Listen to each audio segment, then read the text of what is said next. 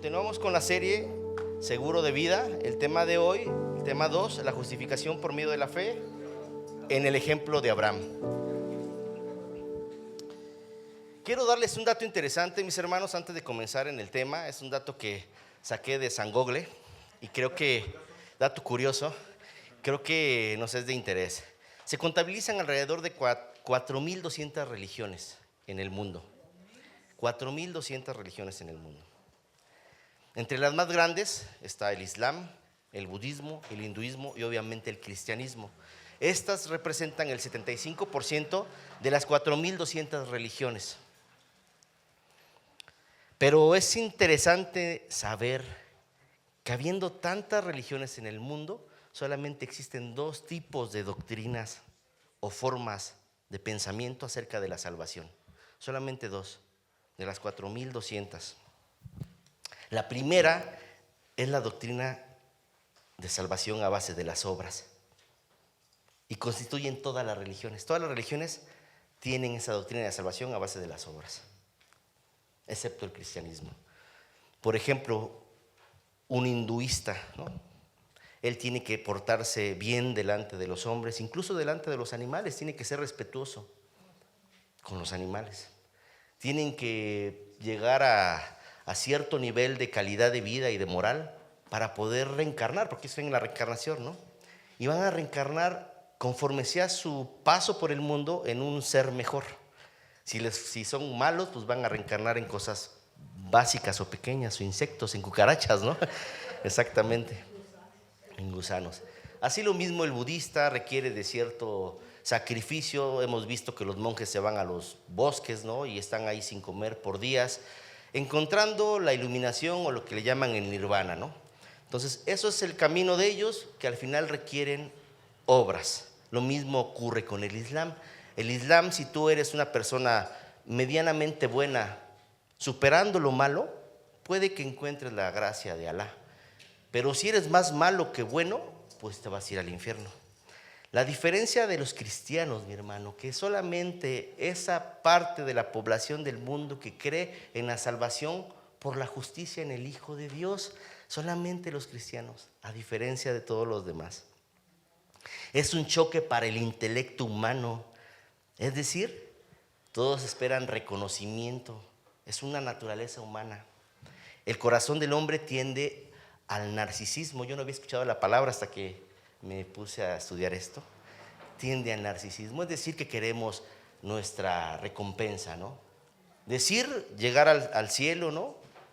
Y que nos aplaudan por lo bueno que nos portamos, en el sacrificio que hicimos a lo largo de toda nuestra vida y que seamos reconocidos delante de Dios.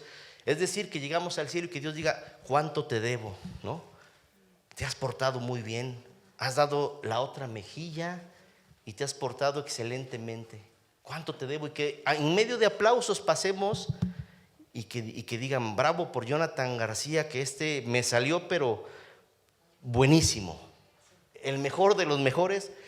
Un aplauso para Jonathan. Queremos eso. Nuestro corazón tiene esa tendencia narcisista. El hombre no puede entender que el cristiano, el verdadero cristiano, es tan diferente a todos los demás, presenta obras de justicia y aún confiese que es pecador. Eso es un choque para la mente humana. O sea, es hipócrita esta persona porque se porta bien y todavía dice que es pecador.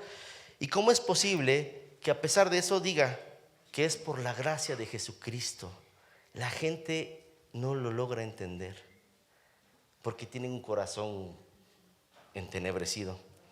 El tema de hoy trata de dos partes importantes, que es el tema de la justificación por medio de la fe, y vamos a ver a quién más como muestra de fe que el ejemplo de Abraham.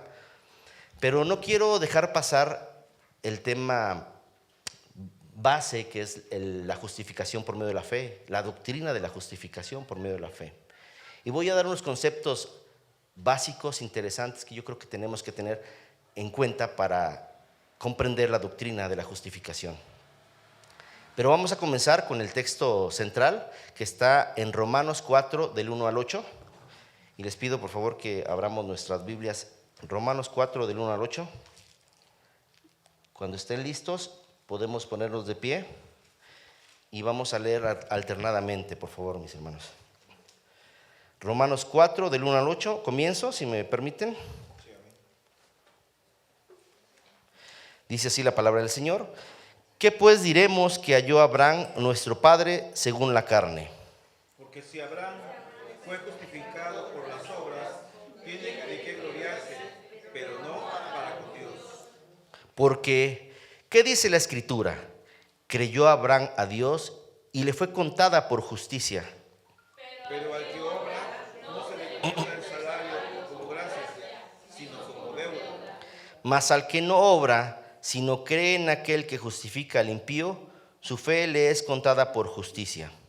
Como también David habla de la bienaventuranza del hombre, a quien Dios atribuye justicia sin obras, Diciendo, bienaventurado aquellos cuyas iniquidades son perdonadas y cuyos pecados son cubiertos. Bienaventurado el varón a quien el Señor no inculpa de pecado. Gracias, Padre, por esta oportunidad, Señor, que tú nos das, Señor, de entrar en tu palabra, Señor. Señor, usa mi boca, Señor, para tu pueblo, Señor. Permite que ellos puedan recibir, Señor, la palabra que tú tienes para ellos, Señor.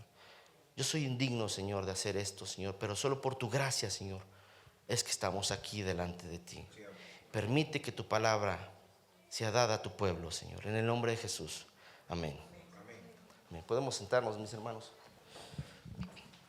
Vamos a dar un vistazo general de lo que acabamos de leer.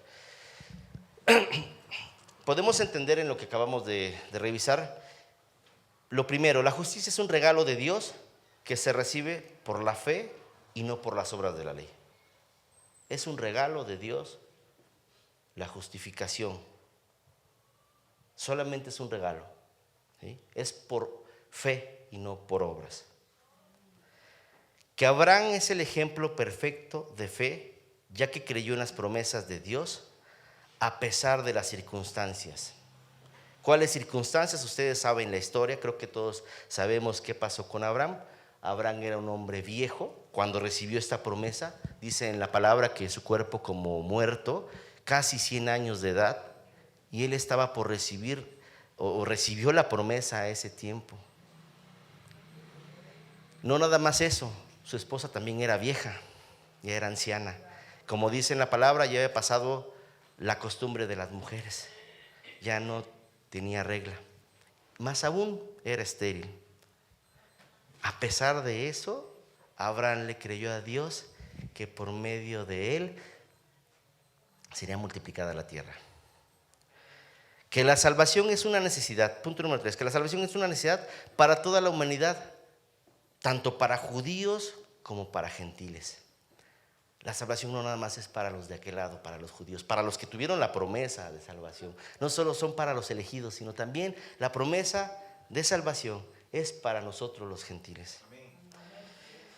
Que nuestra fe en Cristo nos justifica y nos permite recibir las promesas de Dios, tal como ocurrió con Abraham. Si tú debieras de entender cómo debe de ser tu fe, entiende cómo fue la fe de Abraham y estamos en el camino correcto. De la forma en como Abraham percibió la fe, la justicia de salvación por medio de la fe, de esa misma manera nosotros tenemos que entenderla para estar en el camino correcto. Dice así, como les comentaba, para entender un poco el tema de la justificación por medio de la fe, primero debemos de entender que somos culpables, mis hermanos, tú y yo somos culpables de un delito desde que nacemos. Por tanto, desde que pisamos esta tierra, estamos cruzando un proceso legal delante del juez que hizo todo el universo. Desde el principio de los tiempos, desde que nacemos, vamos a pasar un proceso legal delante del juez justo. Y ese es el primer punto. Tenemos que entender que Dios es un juez justo. Dice Salmo 7:11, Dios es juez justo y Dios está airado contra el impío todos los días. ¿Sabes? Él es imparcial. No le podemos dar una feria como el pastor nos decía la semana pasada. Él es inmutable, Él es inconmovible. En Él no hay sombra de variación. Él es el mismo ayer, hoy y por los siglos. Él está sentado en su trono, mis hermanos, y no hay nadie que le quite ese poder. Por lo tanto, entendemos en Proverbios 17-18 lo siguiente: el que justifica al impío y el que condena al justo, ambos igual son abominación a Jehová. Esto es lo que le dice el juez de jueces a los jueces de la tierra. Les dice: tú que enjuicias en la tierra, si tú perdonas al malvado, ¿eres un mal hombre? ¿O eres un mal siervo? No, eres abominación a Jehová. El que justifica al impío y el que condena al justo son abominación a Jehová. De tal forma que Dios no pasará, el mismo Dios, el juez de jueces, no pasará al culpable por inocente. Tú y yo somos culpables, no hay falla, vamos a pagar. Eso es lo que dice la palabra de la ley. No pasará por inocente al culpable. Ahora, ya entendimos lo primero: Dios juez justo, a Él no se le va a pasar algo, Él no va a ser sobornado. Segundo punto, la ley. ¿Qué es la ley? Es una norma, o sea, la ley humana es una norma o regla jurídica de carácter obligatorio dictada por la autoridad competente de un territorio. La autoridad competente de este territorio llamado universo, y todo lo que conocemos y lo que no conocemos, la autoridad competente es Dios. Existen varias leyes que rigen nuestra vida, pero al menos hay 3 leyes que nos interesan en este día para entender la justificación por medio de la fe en Cristo Jesús. La primera ley que encontramos para entender la justificación por medio de Jesucristo es lo que viene en Romanos 6:23, que dice así: la paga del pecado es muerte. Todos no la sabemos, todos sabemos eso. La paga del pecado es muerte. Esa ley se debe de cumplir para todos los pecadores. Segunda ley, la de Hebreos 9:22, y dice así: sin derramamiento de sangre no hay remisión de pecados.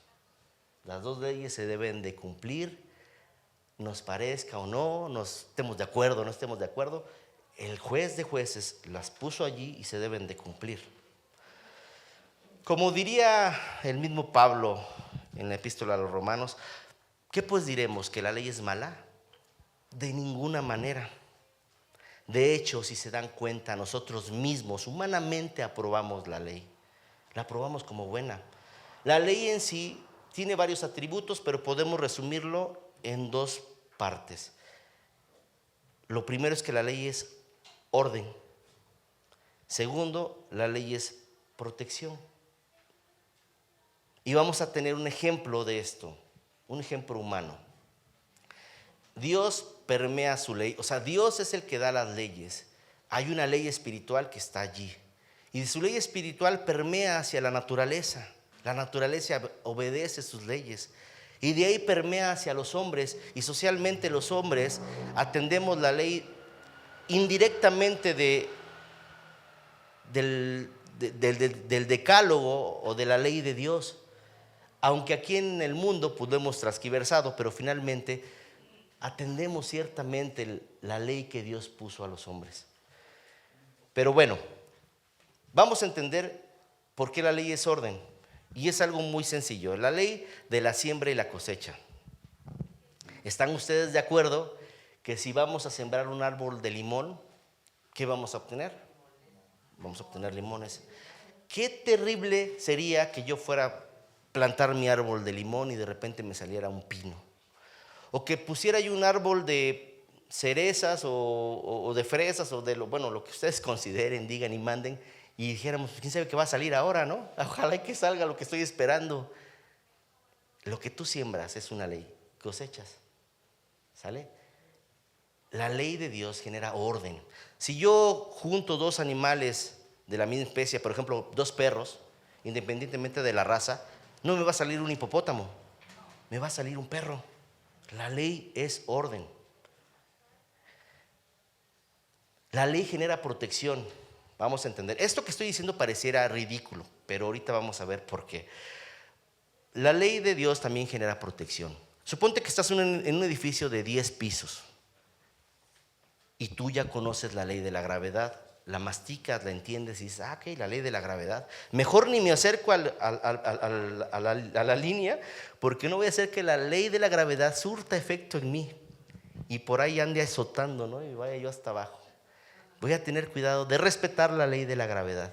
Para nosotros es algo totalmente lógico, sencillo. Pero imagínate que de repente tienes a una persona, a un individuo que sale por ahí y diga, no, yo la verdad, ¿sabes qué? Yo no creo en eso de la ley de la gravedad. Esa cosa de la ley de la gravedad se me hace muy pesada para el hombre, ¿no? O sea, como que es muy abrupta. ¿Cómo es posible que pienses que una persona puede destruirse a través de una ley, de la ley de la gravedad?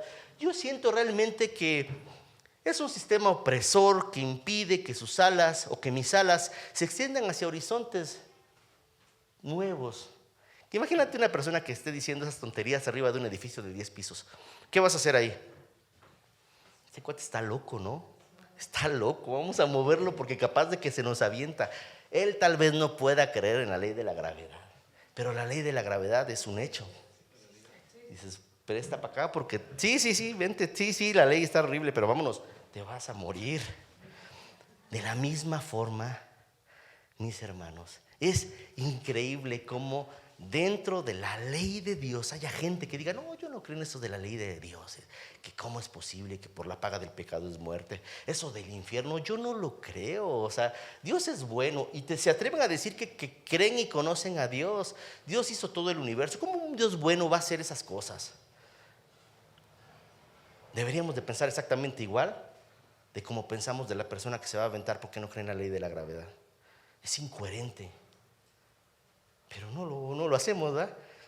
La ley de la gravedad es mínima comparada con la ley de Dios. Ahora, vamos a ver qué pasó en el huerto del Edén.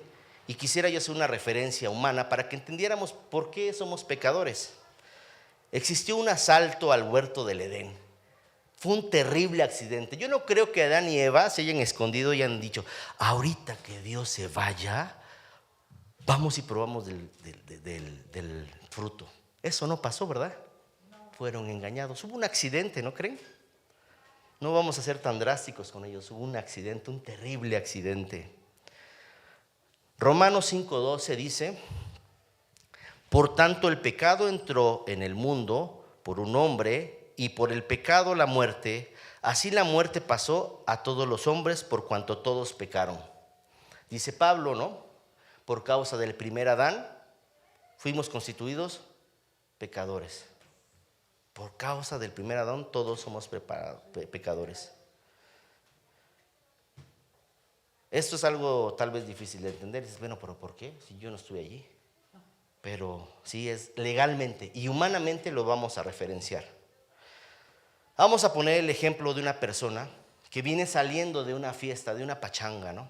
Lo vamos a tener que poner en primera o en segunda persona aquí entre nosotros para que lo entendamos mejor.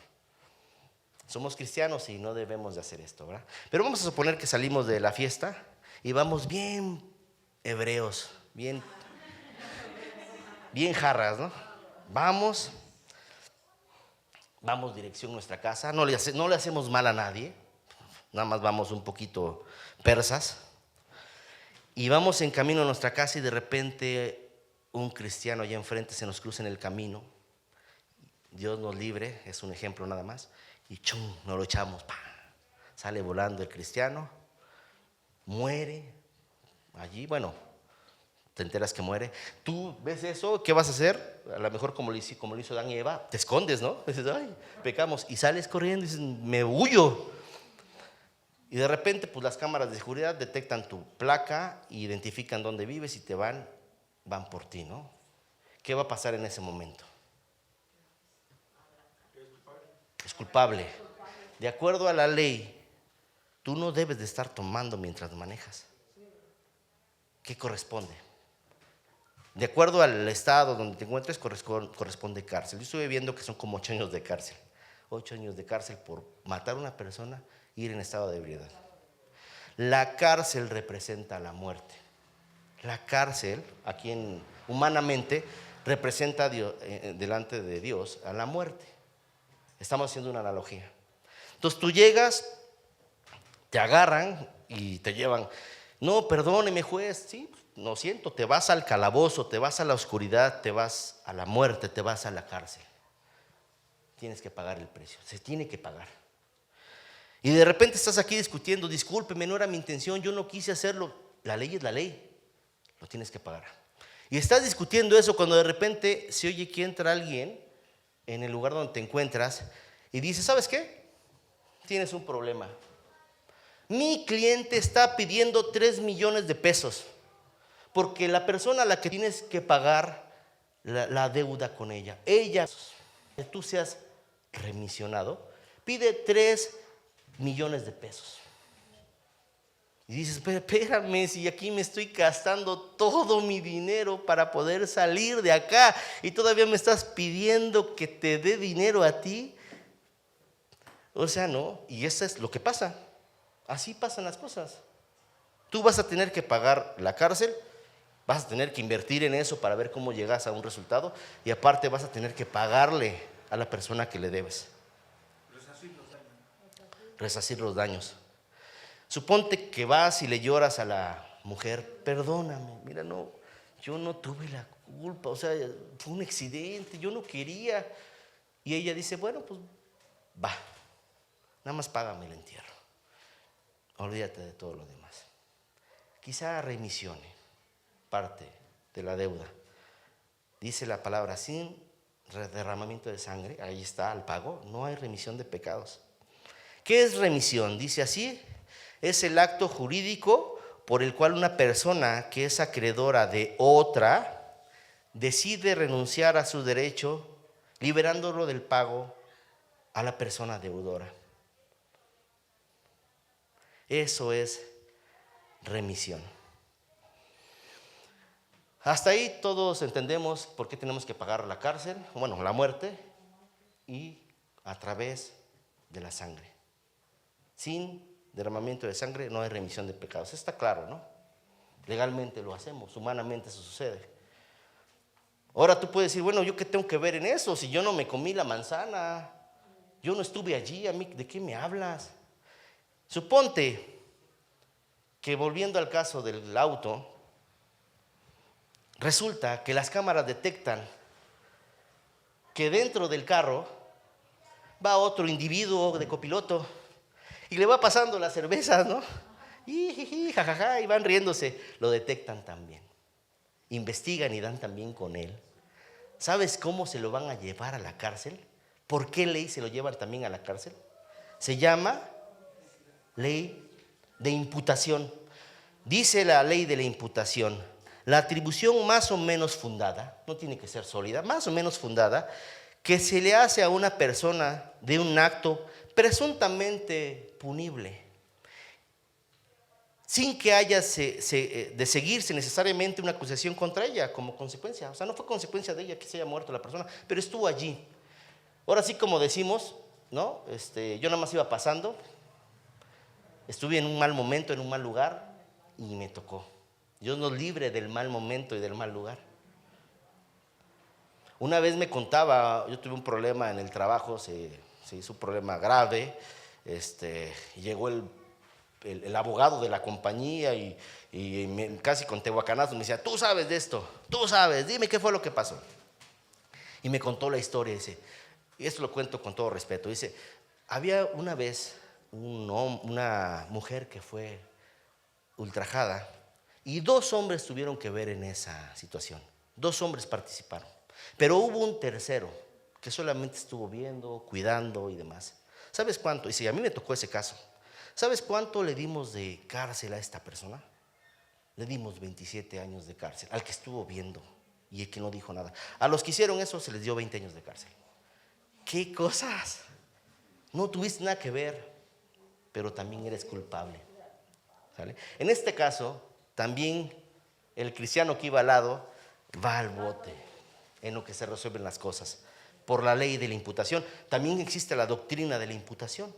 Dice que por medio de un hombre somos culpables, pero por la gracia de Jesucristo somos libres, ¿va?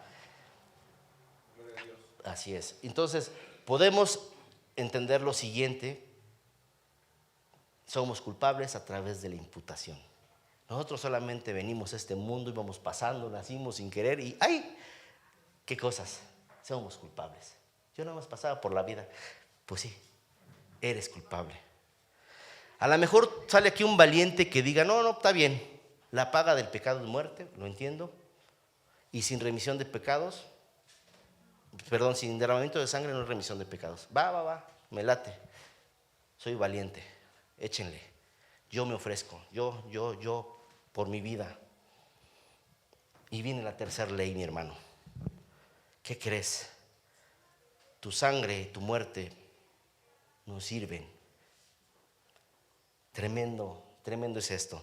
Dice la tercera ley, el sacrificio debe de ser perfecto. El sacrificio debe de ser perfecto. Dice Levítico 22:20, ninguna cosa en que haya defecto ofreceréis, porque no será aceptado por vosotros. Tú dices, yo me chuto el castigo, no hay falla, yo aquí bien valiente. No sirve, mi hermano. Eres pecador, tienes mancha. Los corderos que llevaban al sacrificio por la expiación de los pecados tenían que ser limpios, perfectos, sin mancha.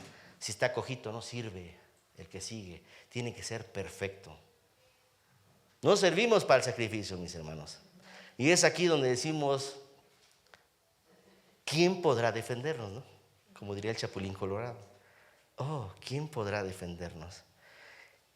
Por eso entra en escena Jesucristo, el único que podría cumplir con la demanda de nuestro pecado, llevándolo a la cruz y así justificándonos delante del juez justo que demanda estas leyes. Solamente Jesucristo era el único que podía asumir esto. No podemos hacerlo nosotros. Dice Segunda de Corintios 5:21, al que no conoció pecado, se hizo pecado por nosotros, o lo hizo pecado por nosotros, para que nosotros fuésemos hechos justicia de Dios en él.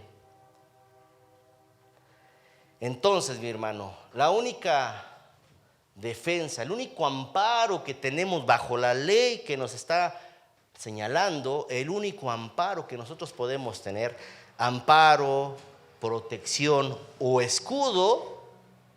¿Qué es el escudo? Es la fe. Es la fe en el Hijo de Dios. Es lo único que podemos hacer. No hay salvación por obras, es por fe.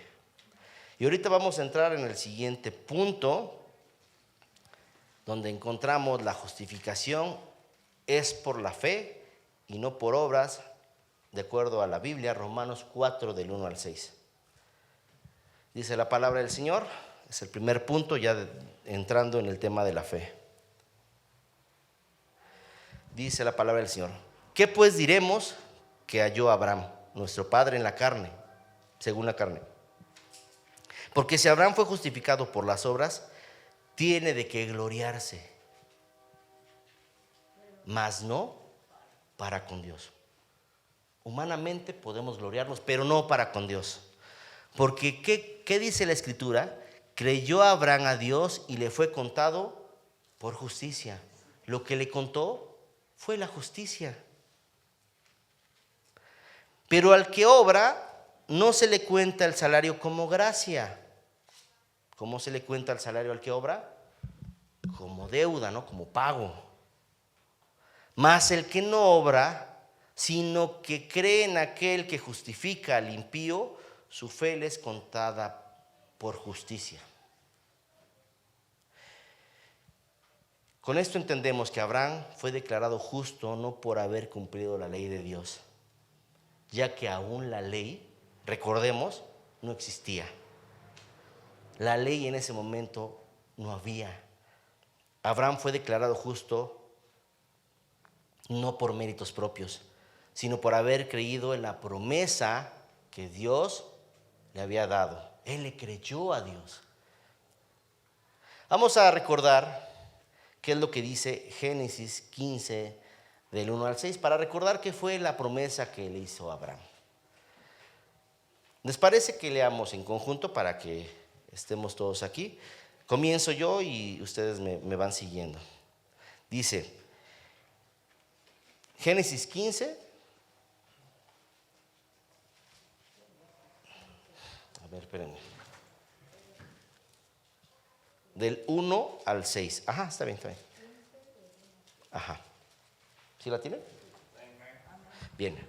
Comienzo, dice, después de estas cosas, vino la palabra de Jehová a Abraham en visión diciendo, no temas, Abraham, yo soy tu escudo y tu galardón será sobremanera grande. Van ustedes.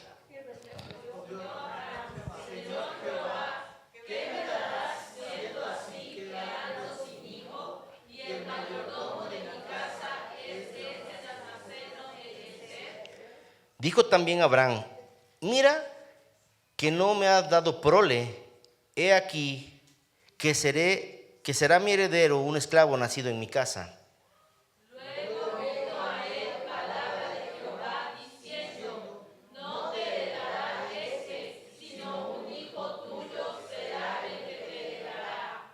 Y lo llevó afuera y le dijo, mira ahora los cielos y cuenta las estrellas, si las puedes contar. Y le dijo, así será tu descendencia. Y creyó a Jehová y le fue contada por justicia. Fue declarado justo por su fe en Dios, no por sus obras. Por lo tanto entendemos que el principio de la justicia que nosotros entendemos humanamente, que es poner la otra mejilla y todo eso, no es la justicia de Dios. La justicia de Dios es... ¿Qué es la justicia de Dios? Creerle a Él. Vamos a entenderlo como lo hizo Él. La justicia de Dios no fue por obras, sino fue que le creyó a Él. Porque vamos a recordar un tema importante ahorita. Recordemos que Abraham recibió una ordenanza de parte de Dios. Eso viene en Génesis 17:1. Que le dijo, ve delante de mí y sé perfecto, ¿no? Y sabes, en ninguna parte de la Biblia se dice, y su perfección le fue contada por justicia. No existe eso. No es por obras, sino fue por su fe que él obtuvo la justicia de Dios en él. La justificación no es por nuestras obras, sino por la promesa de salvación, por la muerte de Jesús en la cruz del Calvario. De esa forma nosotros encontramos justificación delante de Dios. Para este punto, mis hermanos, quiero enfatizar, y mi hermano me preguntaba, ¿no? ¿Me pondré el casco o toda la armadura? Yo les digo que se pongan toda la armadura, mis hermanos. Quiero enfatizar esto que es importante, es para la gloria de Dios, mis hermanos. Esto lo quiero enfatizar de esta forma, entendiendo bajo la premisa de Juan 3:16, que dice, de tal manera, Dios al mundo, que dio a su Hijo, para que todo aquel que en Él crea no se pierda, la vida sea. Así es, Dios nos ama, Dios nos ama, no olvidemos esto. Sin embargo, hay algo importante que debemos de entender.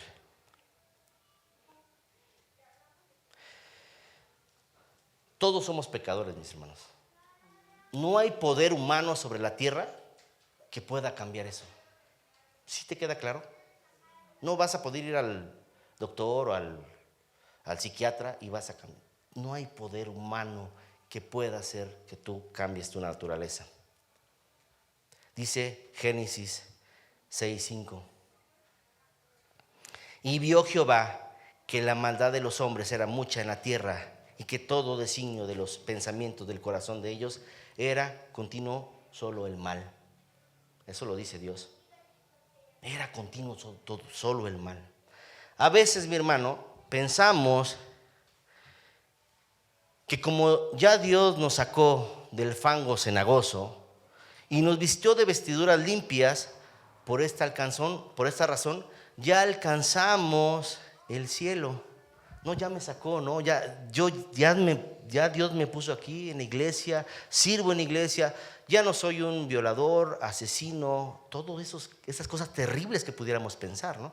Ya no, Dios me sacó de ahí y me puso de vestiduras blancas. Solamente de vez en cuando pues tengo ahí unas groserillas, ¿no? Que se me salen, unas cosillas por ahí, pecadillos nada más, que por ahí tengo, pero no hay falla, ya Dios me puso digno. Estamos equivocados, tengamos cuidado de ese pensamiento narcisista, mis hermanos. Tengamos cuidado. Nosotros no podemos ser justificados porque ahora nos pensemos buenos. Esos pecadillos, nada más ahí, sencillos, básicos, dice la palabra de Dios, que lo mismo para el que está sentado en el gran trono, el que vive y reina por los siglos de los siglos, lo mismo le es un homicida que uno que le dice fatuo a su hermano. Dice que el fatuo recibirá, ¿qué es ser fatuo? El que le dice fatuo es decirle torpe a tu hermano. El que insulta a tu hermano con una palabra como, ay, qué torpe eres. Eso dice la palabra del Señor, que lo mismo le es uno que el otro. Ambos deben ir al lago de fuego. Eso viene en Mateo, mis hermanos, Búsquenlo por fatuo en el Google. El que le dice una palabra de maldición a otro recibe el castigo del infierno. Y de hecho lo pone en comparación, que lo mismo es esto, los asesinos, fornicarios, que el que ofende a su hermano. Tremenda palabra es esta, mis hermanos.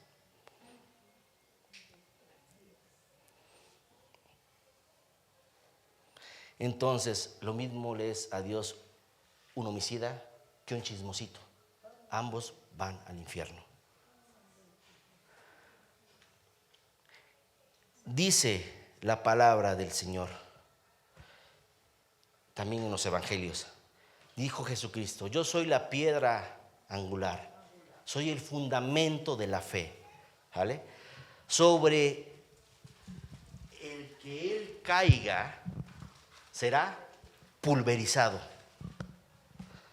Él es la piedra y sobre el que él caiga será pulverizado.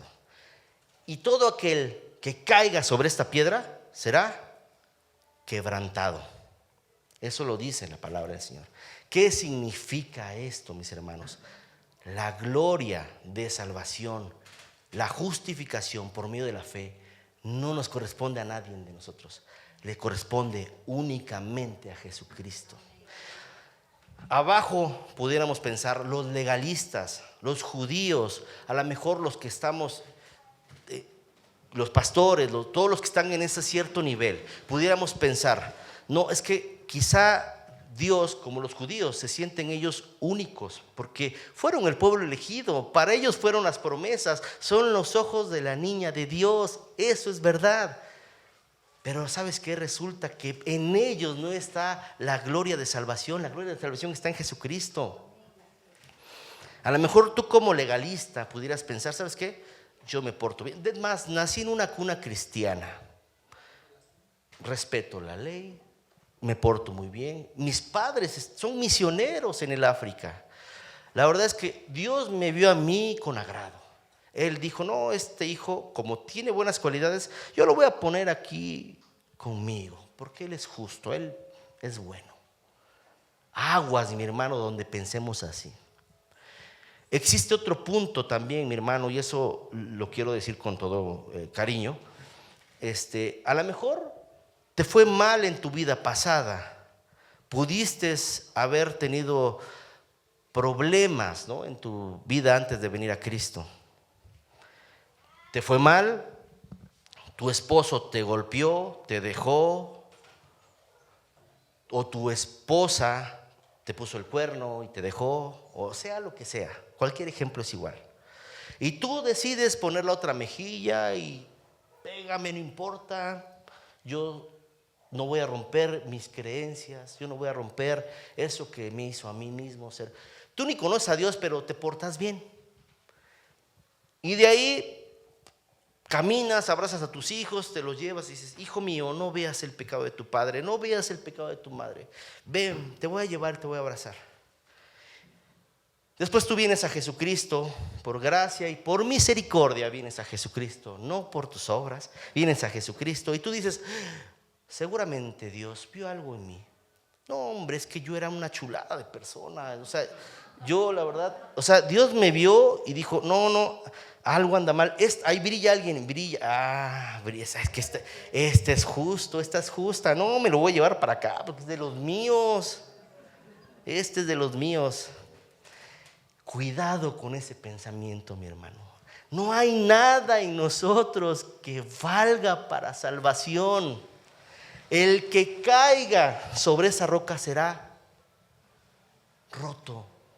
La gloria es de Jesucristo. Si tú crees que por tu legalismo y tus buenas obras vales ante Dios, serás pulverizado. Ya sea que vengas de fuera o que estés acá adentro, la gloria es de Jesucristo. Y te lo voy a poner así: aquí está Dios y aquí está la gloria en Jesucristo. Y que tú digas: con permisito, mi Jesús, gracias por tu ayuda. Mira, fíjate que ya estoy acá, dame chance porque pues tú y yo pues como que somos parecidos. Gracias por tu ayuda, pero ahorita déjame seguir mi camino hacia Dios porque Dios me ve con gracia, ¿no? Dios me ve con agrado, ¿no? Dame chance, ¿no? Dame chance, déjame llegar. No, mi hermano, nada se puede oponer en la gloria que Dios le da a su Hijo Jesucristo. Nada. Quitemos de nuestro corazón, de nuestro engañoso corazón, cualquier idea de estas que digas: es que hay algo en mí, tengo una cosa campechana que le gusta a Dios. No hay nada, mi hermano, que nosotros valga para Dios. La gloria es única y exclusivamente de Dios. Como dice su palabra: antes bien, sea Dios veraz y todo hombre mentiroso, como está escrito, para que seas justificado en tus palabras, abusado con lo que pensamos. No te confundas en tu corazón. Y voy a poner otro ejemplo simple, mi hermano. Se me está acabando el tiempo. Creo que voy a terminar aquí muy rápido. Supónganse ustedes, yo tengo una hija y es mi única hija. Y resulta, mi hermano, y esa historia ya se la deben de saber quizá algunos, cae a las vías del tren, ¿no? O un hijo, porque es el hijo. Cae a las vías del tren y solamente tengo dos opciones. Vienen en el tren cientos de personas y yo tengo la oportunidad de salvarlos para ir y jalar el freno, pero mi hijo cayó o mi hija cayó. Entonces yo decido rápido y por mi gran corazón corro y jalo el botón de freno, y entonces resulta que el tren atropella a mi hijo. Yo decidí salvar a todos por causa de mí, en lugar de mi hijo. Yo decidí salvar a todos en lugar de mi hijo. ¿Qué va a pasar cuando bajen esas personas de ahí? Yo los voy a ver con especial agrado, porque por causa de mi hijo yo salvé a los demás. Por causa de él yo los salvé. Y van a salir y yo los voy a abrazar y voy a sentir que en ellos está mi hijo. Yo voy a sentir eso. Pero ay de aquel, mi hermano, ay de aquel que por alguna razón diga: híjoles, gracias por salvarme. La verdad es que tu hijo como que estaba, pero pues ya ves que yo soy bien. Ay de aquel que diga algo de esta naturaleza, porque yo no lo voy a aceptar. Yo humanamente, imagínate cuánto más Dios, que dio a su hijo por nosotros, y que digas: es que yo nada, Él fue el que murió por ti, por causa de Él somos salvos y nada más. Así funciona la justificación, por la fe en Jesucristo. Me queda muy poco tiempo, ya se acabó, mis hermanos, y yo sé que andamos corriendo, pero quiero pasar al siguiente punto y con esto es el último, trataré de ser lo más breve. La justificación por fe para judíos y gentiles, dice Romanos 4, de 9 al 12. No lo voy a leer todo, mis hermanos, pero vamos a entender que Abraham fue circuncidado, recibió la promesa de justicia antes de ser circuncidado. Él primero recibió la justicia de Dios, o sea, tuvo el encuentro con Dios antes de ser circuncidado, no fue después. Y recibió la circuncisión como sello de la justificación de la fe que tuvo estando aún incircunciso. Va de nuevo, recibió la circuncisión como señal, como sello de la justicia de la fe que tuvo aún siendo incircunciso. Tendríamos que haber leído todo el capítulo, mi hermano, pero vámonos así. Lo primero que nos dice que la fe es suficiente para salvar a los de la circuncisión como a los de la incircuncisión. ¿Quiénes son los de la circuncisión? Los judíos.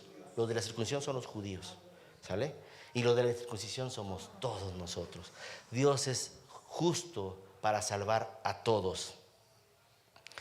Por eso entendemos que Abraham se convierte en el padre de la fe para todos los que creen y son justificados por la fe en Dios.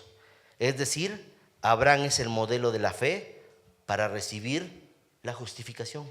Por eso les dije, si queremos entender cómo funciona la fe, veamos cómo lo hizo Abraham. Abraham es el modelo de la fe para recibir justificación. Esto hace que la fe en Cristo una a judíos y a gentiles en una sola familia. Ambos deben ser justificados por el sacrificio de Cristo Jesús, sin importar el trasfondo cultural o religioso. Jesús vino a salvar a todos los que estaban perdidos, tanto a judíos como a gentiles, por medio de un solo sacrificio en la cruz. Y con esto quiero concluir, mis hermanos. Dice el versículo que Abraham recibió la circuncisión como sello de la justicia, de la fe que tuvo aún siendo incircunciso. Él recibió como sello, es decir, la circuncisión no fue antes, sino fue el sello por su justicia en la fe. ¿Qué representa la circuncisión, mi hermano? La circuncisión, sabemos que la circuncisión es cortar el prepucio en los varones del pueblo judío, que representa un pacto de sangre. Eso lo podemos ver en Éxodo con Moisés, pero ya nos iríamos muy largo. Es un primer pacto de sangre. Y también hacía referencia en caminar en rectitud bajo la ley. Una vez que tú recibes, los judíos, cuando se circuncidan, pretenden llevar un camino de rectitud bajo la ley. Es un propósito. La circuncisión eso indica. En Cristo Jesús tenemos la sangre del nuevo pacto. Y la circuncisión ahora es la del corazón, que hace referencia en caminar en rectitud bajo la gracia. También debemos de caminar en rectitud, pero ahora bajo la gracia. Y ahora por nosotros los cristianos, o para nosotros los cristianos, el sello de la justicia de la fe es el Espíritu Santo, el cual nos es dado a todos los que por fe creímos en la salvación por medio del sacrificio y muerte y resurrección de Jesucristo. Tú puedes, a lo mejor, mi hermano, pensar que vas a venir a Cristo cuando estés bien, que tienes que estar bien para poder, porque muchos hacen eso, ¿no? Es que ando mal, no, ahorita no me puedo acercar a Dios porque ando malón. Ya cuando me recupere, cuando empiece a echarle ganas, voy. No, te va a llegar la muerte y nunca vas a estar bien. Lo primero es venir a Cristo por medio de la fe.